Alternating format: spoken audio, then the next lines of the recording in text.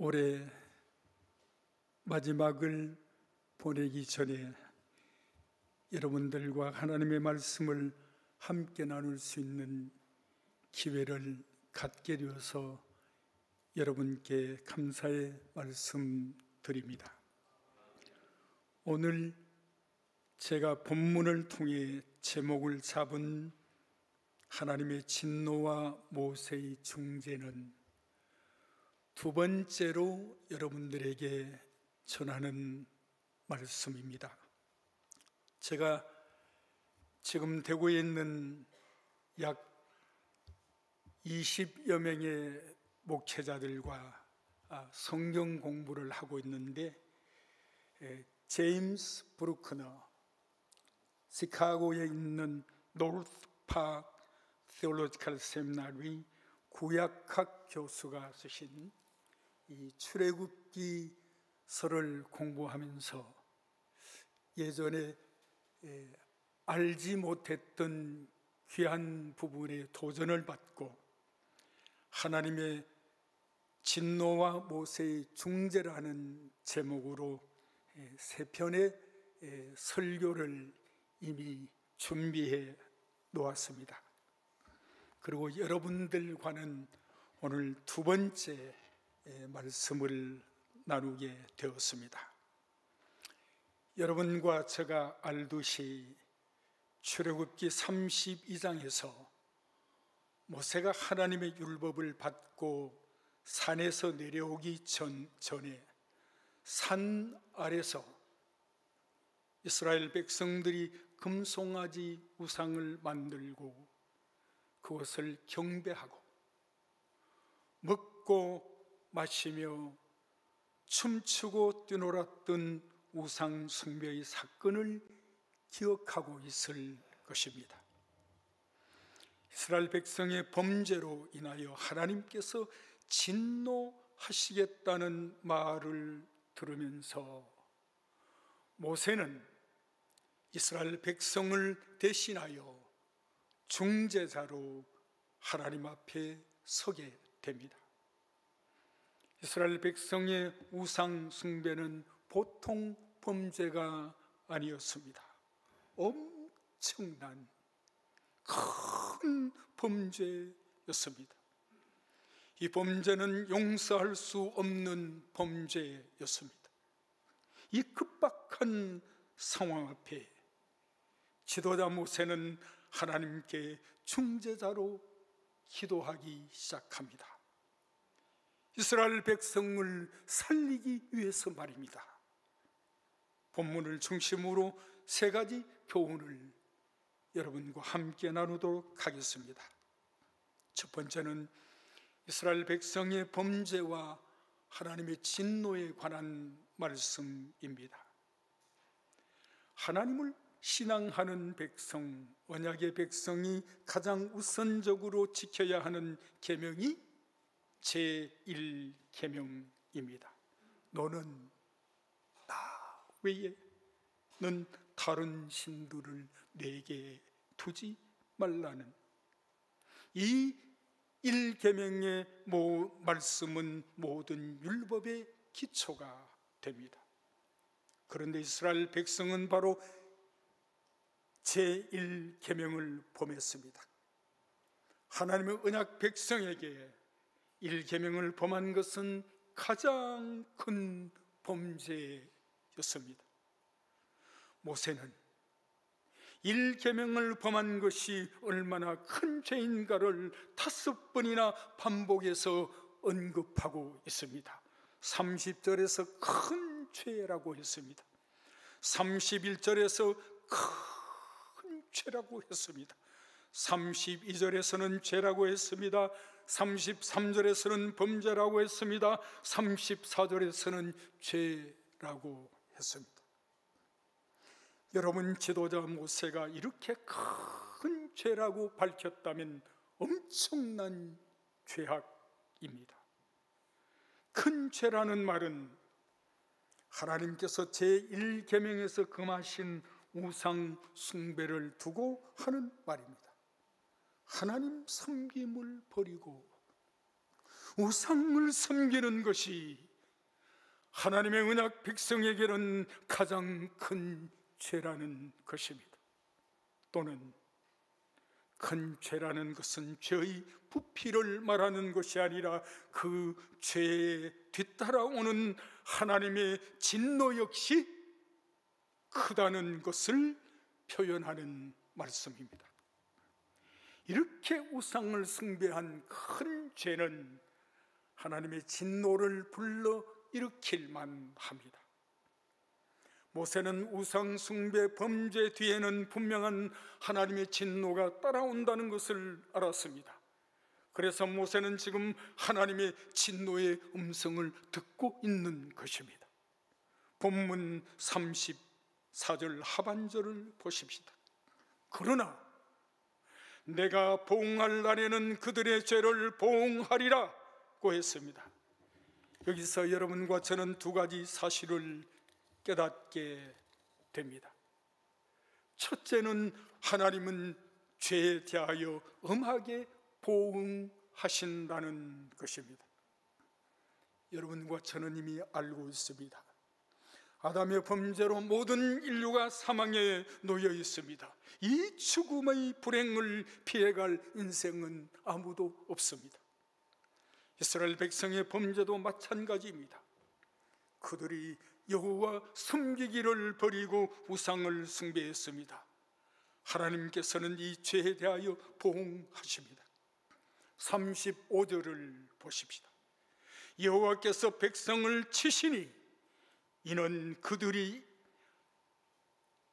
아론이 만든 바 그 송아지를 만들어 씀이더라고 했습니다. 자, 35절을 보면서 한 가지 질문해 볼까요? 하나님께서 이스라엘 백성을 치셨다고 했는데 하나님께서 무엇으로 이스라엘 백성을 치셨는가요? 막대기로 치셨나요? 아니면 손바닥으로 때리셨나요?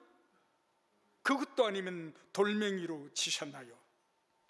우리 성경 번역에는 무엇으로 치셨다고 하는 말이 빠져 있습니다. 그러나 영어의 NIV 번역에서는 무엇으로 치셨는가를 분명히 밝혀주고 있습니다. 전염병으로 이스라엘 백성들을 치셨다고 기록해 놓았습니다. 그렇다면 오늘 우리의 범죄는 하나님의 진노를 피해갈 수 있는가?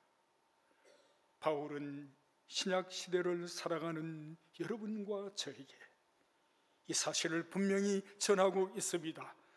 바울은 로마서 2장 6절로 8절에서 이렇게 말합니다. 하나님께서 각 사람에게 그 행한 대로 보응하시되 참고 선을 행하여 영광과 존귀와 속지 아니함을 구하는 자에게는 무엇으로? 영생으로 하시고 오직 당을 지어 진리를 따르지 아니하고 불의를 따르는 자에게는 진노와 분노로 하시리라고 했습니다. 바울은 하나님은 행한 대로 보응하시는 하나님이라고 말씀하고 있습니다. 바로 우리는 본문을 통해 이 사실을 깨달아야 합니다. 두 번째는 범죄한 자에게 하나님의 용서가 필요하다는 것을 깨닫게 하십니다. 여러분, 범죄한 사람에게 하나님의 용서가 없다면 모든 백성은 하나님의 진노 아래서 멸망을 당할 것입니다. 그러나 하나님은 이스라엘 백성을 죽이기 위해서 애굽에서 인도하여 내시고 죽일 곳을 찾으시려고 광야 모래바닥을 헤매게 하신 것은 아닙니다. 자기 백성의 죄를 용서하시려는 것이 하나님의 본 뜻입니다. 그래서 하나님은 이미 자기 아들을 죄의 용서자로 보내시기로 작정하셨던 것입니다. 모세는 이스라엘 백성의 범죄 뒤에 하나님의 용서가 따라온다는 것을 알았습니다. 그렇습니다. 성도 여러분, 용서는 하나님을 다시 만나는 축복의 길입니다. 하나님의 은총을 입는 수단입니다. 하나님 자녀의 자리로 되돌리시는 하나님의 축복입니다. 그래서 모세는 이스라엘의 범죄에 대하여 그들의 죄를 사하여 달라고 하나님 앞에 중보의 기도를 드리기 시작합니다. 그게 두 번째로 모세가 드린 중보의 기도입니다. 이스라엘 백성의 지도자 모세를 보면서 이런 생각을 했습니다. 지도자의 삶이 보람되기도 하지만 어떤 때는 죽을 만큼 힘든 때도 있다는 것을 동시에 보여줍니다. 이스라엘 백성이 우상을 숭배하여 범죄했을 때 하나님은 죄를 보응하겠다고 말씀하셨고, 전염병으로 백성을 치실 때 지도자의 마음이 어떠했겠는가? 자기가 지도하고 자기가 인도하는 백성을 죽이겠다고 하셨을 때 지도자의 생각과 태도가 어떠했겠는가? 하나님의 진노가 백성을 향하여 달려오는 것을 보고 있는 모세의 마음이 어떠했겠는가? 모세는 하나님의 진노의 말씀 앞에 다시 엎드립니다. 첫 번째는 모세는 이스라엘 백성의 범죄를 슬퍼하며 회개합니다. 31절입니다. 모세가 다시 나아가 여짜오되 슬프도소이다. 이 백성이 자기들을 위하여 금신을 만들어 사오니 큰 죄를 범하였다. 모세는 지금 백성을 대신하여 우상 숭배의 범죄를 회개하고 있음을 여러분과 저는 보고 있습니다. 그는 죄를 슬퍼하며 회개하고 있습니다. 여러분, 죄는 백성이 지었는데 회개는 지도자가 하고 있습니다. 모세는 죄를 슬퍼하며 회개하고 있습니다. 그렇습니다. 지도자이든 백성이든 회개는 죄를 슬퍼하는 것입니다. 죄에서 돌이키는 것입니다. 죄를 멀리하는 것입니다. 이것이 진정한 돌아섬의 회개인 것입니다. 둘째로, 모세는 죄를 용서해 달라고 기도합니다. 영어 성경에는 용서의 기도가 훨씬 강렬하게 번역되어 있습니다. Please, please forgive their sin. 제발, 제발 이스라엘 백성의 죄를 용서해 달라고 기도하고 있다는 것입니다. 더 나아가 모세는 이런 기도를 덧붙입니다. 그렇지 아니하시오면 문하건대 주께서 기록하신 책에서 내 이름을 지워버려 주옵소서. 사랑하는 대함의 성도 여러분, 모세의 기도를 보면서 우리가 과연 이런 기도를 드릴 수 있겠는가? 이스라엘 백성에 대한 용서가 없다면 자기는 죽어도 괜찮다는 것입니다. 자기는 형벌을 받아도 좋다는 것입니다. 여러분, 여기에 책은 생명책을 암시합니다. 계시록 20장 12절을 보면 이 생명책은 사람들이 자기 행위에 따라 심판을 받도록 기록한 책이라고 말합니다. 생명책에서 자기 이름을 지워버린다는 것은 영생을 포기한다는 말입니다. 자신은 하나님의 영원한 통치에서 벗어나도 좋다는 것입니다. 이것은 자신이 지옥의 형벌을 받게 되더라도 이스라엘 백성의 죄를 용서해 달라는 지도자 모세의 간곡한 간청입니다. 저와 여러분은 백성의 범죄 앞에 이런 기도를 드릴 수 있겠는가?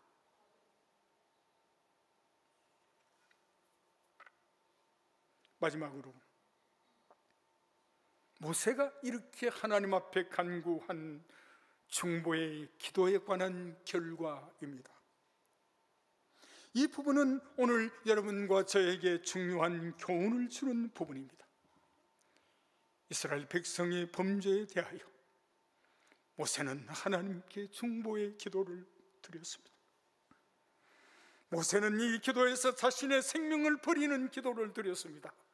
그런데 이 기도에 관한 결과가 어떻게 나타났을까요? 우리는 두 가지 결과를 본문에서와 34장에서 발견해야 합니다. 첫째, 하나님께서는 본문 31절로 32절에 모세의 기도에 대하여 응답하시지 않으셨습니다. 오히려 하나님은 자신의 결심을 더 당당하게 밝히셨습니다. 여호와께서 모세에게 말씀하십니다. 33절입니다. 누구든지 내게 범죄하면 내가 내 책에서 그를 지워버리리라. 하나님께서 모든 자를 사잡아 내 책에서 그들을 지워버리리라고 말씀하지 않고 그를 지워버리리라고 하셨습니다. 범죄에 연루된 자의 죄에 대하여 형벌하시겠다는 뜻으로 해석할 수 있습니다. 그러면서 하나님께서 이스라엘 백성의 죄를 용서하시겠다고 선포하지 않으셨습니다. 여러분 궁금하지 않으세요? 그 이유가 있습니다. 이스라엘 백성이 범죄한 일에 대하여 누가 대신 기도했는가요? 지도자 모세가 대신 기도했습니다. 이스라엘 백성이 직접 기도하거나 회개하지 않았습니다. 회개는 죄를 지은 자가 하나님 앞에서 해야 하는 것입니다. 이스라엘 백성이 회개하는 결단이 있기 전에는 하나님께서 응답하지 않으시겠다는 것입니다. 하나님은 이스라엘 백성이 행동으로 결단할 것을 지금 기다리고 계십니다. 그렇습니다, 성도 여러분. 참된 회개는 행동으로 나타나야 합니다. 행동의 결단을 보여주어야 합니다. 그것이 이스라엘 백성이 돌이키는 것입니다. 그리할 때 하나님의 용서는 은혜로 주어지는 것입니다. 본문은 이것을 여러분과 저에게 가르치고 있습니다. 두 번째는 이스라엘 백성의 회개와 하나님의 용서입니다. 하나님은 이스라엘 백성의 죄를 용서하기에 앞서 그들이 죄를 버리는 행동을 하기를 기다리고 계셨던 것입니다. 그것도 백성들이 스스로 결단하지 못하고 있으니 하나님께서 지도자 모세를 통하여 이스라엘 백성에게 지시하신 것입니다. 하나님께서 이스라엘 백성들이 아직도 가지고 있었던 장신구들을 떼어내는 행동을 요구하신 것입니다. 33장 5절로 6절의 기록입니다. 그래서 33장 5절에서 이렇게 요구합니다. 너희는 목이 곧은 백성인즉 내가 한순간이라도 너희 가운데 이르면 너희를 진멸하리니 너희는 장신구를 떼어내라. 그리하면 내가 너희에게 어떻게 할 것인지 정하겠노라고 하셨습니다. 여러분 출애굽기 32장 3절 4절을 보면 이스라엘 백성은 그들의 귀에서 장신구를 떼어내어 무엇을 만들었어요? 우상을 만들었어요. 그래서 33장 5절에서는 장신구를 떼어내도록 요구하고 계십니다. 두 번 다시 장신구들을 모아 우상을 만들어 숭배해서는 안 된다는 것을 강력하게 지금 가르치고 계시는 것입니다.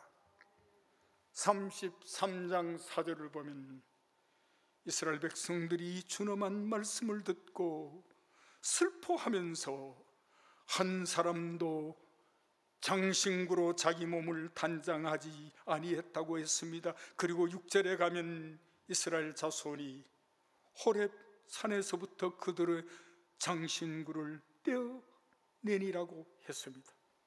이렇게 행동한 것을 보고 난 후에 하나님께서는 이스라엘 백성의 범죄를 용서하십니다. 하나님께서 이 용서를 34장 6절로 7절에서 선포하십니다.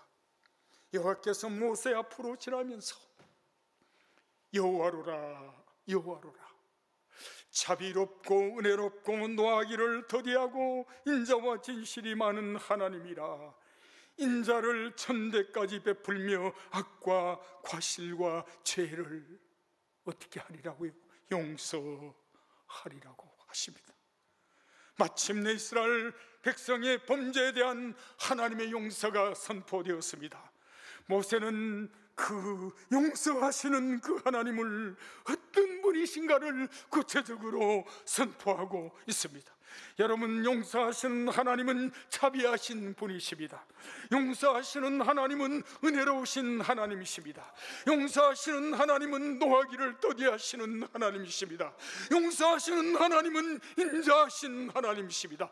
용서하시는 하나님은 진실하신 하나님이십니다. 그렇습니다. 이 하나님이 이스라엘 백성만의 하나님이 아니라 오늘 저녁 예배에 참석하신 여러분과 저의 하나님이심을 우리는 믿습니다. 말씀을 결론합니다. 하나님은 이스라엘 백성을 대신하여 회개하고 중보 기도한 모세의 기도를 들으셨습니다. 모세는 이미 하나님께서 죄를 사하여 주실 것을 내다보고 있었습니다. 그는 32장 30절에서 내가 이제 여호와께로 올라가노니 혹 너희를 위하여 속죄가 될까 하노라고 했습니다. 자신이 대신 죄를 회개하고 중보하면 하나님의 용서가 있게 될 것임을 지도자 모세는 미리 바라보고 기도했다는 것입니다. 그 과정에서 하나님은 이스라엘 백성이 스스로 돌이키기를 기다리셨습니다. 마침내 하나님은 이스라엘 백성의 죄를 용서하셨습니다. 이것이 그의 언약 백성의 죄를 용서하시는 하나님의 무한 자비하신 은혜인 줄 믿습니다. 하나님은 그의 백성과 맺은 언약을 깨뜨리지 아니하십니다.